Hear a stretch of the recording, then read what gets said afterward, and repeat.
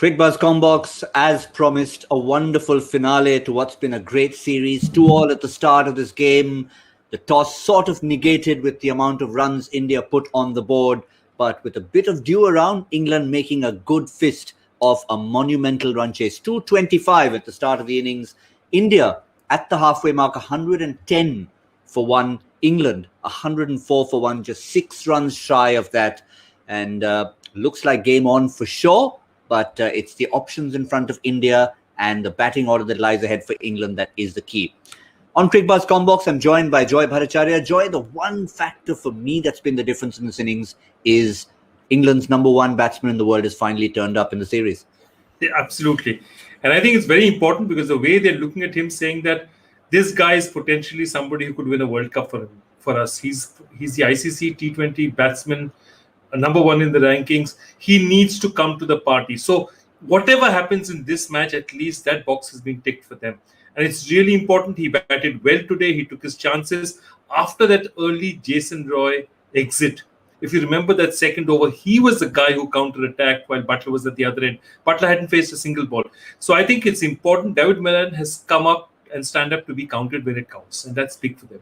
Yep. I mean, you'd have to concede Jason Roy's wicket as intent because England had to show intent from the beginning. They had to make those 6 overs count in the power play, and they lost that early wicket from him charging down to Bhuvaneshwar Kumar early on, and suddenly you were thinking, is it going to be wickets falling early, India dominant? That's not been the case. The real story now, India, remember, 6 bowling options. Let's have a look at who they've used so far and how many overs to go for each bowler. So Rahul Chahar has gone for a few, 2 overs for 27. Washington Sundar, 1 over for 13. So that's 40 runs in 3 overs from your spinners who have really been your key to defending total. So who do you go to as that 6th bowler? How do you divide the overs now, Joy?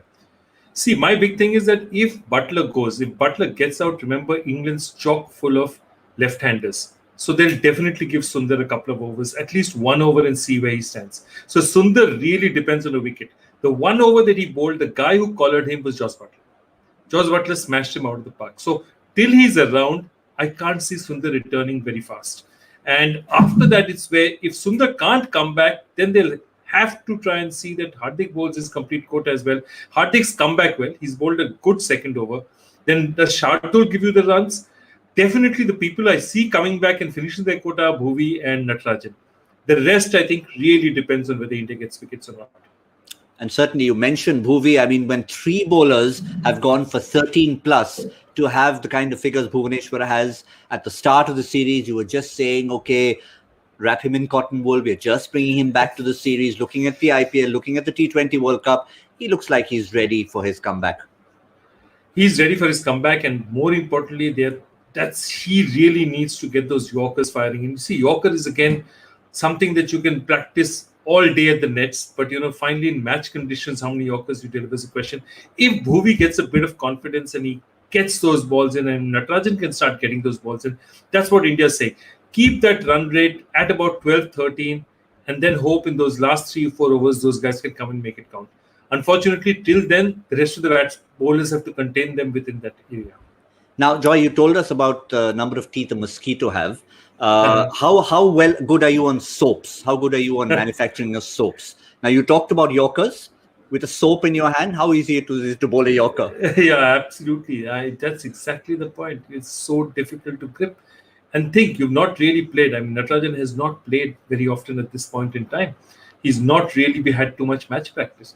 And that's a big problem. Big match day, you land up, you can't grip a ball. It's so difficult. And you remember we spoke about it right at the start, saying how difficult is it going to be under these conditions? And it is difficult. So let's see where things go from here on.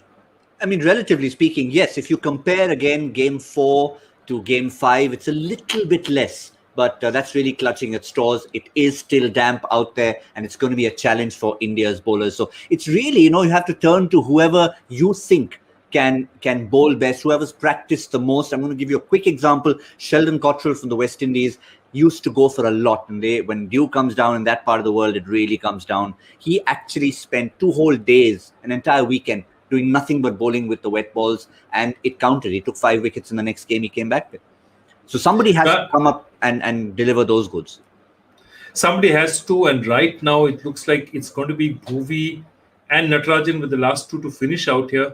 How well Hardik can all bowl now is going to be crucial, because somebody has to stem that flow to allow that 12 or 13. If they're going with just about 9 or 10 required in the last 3 or 4, they're going to cream it. Because there's so much batting to follow, they can afford to throw their bats.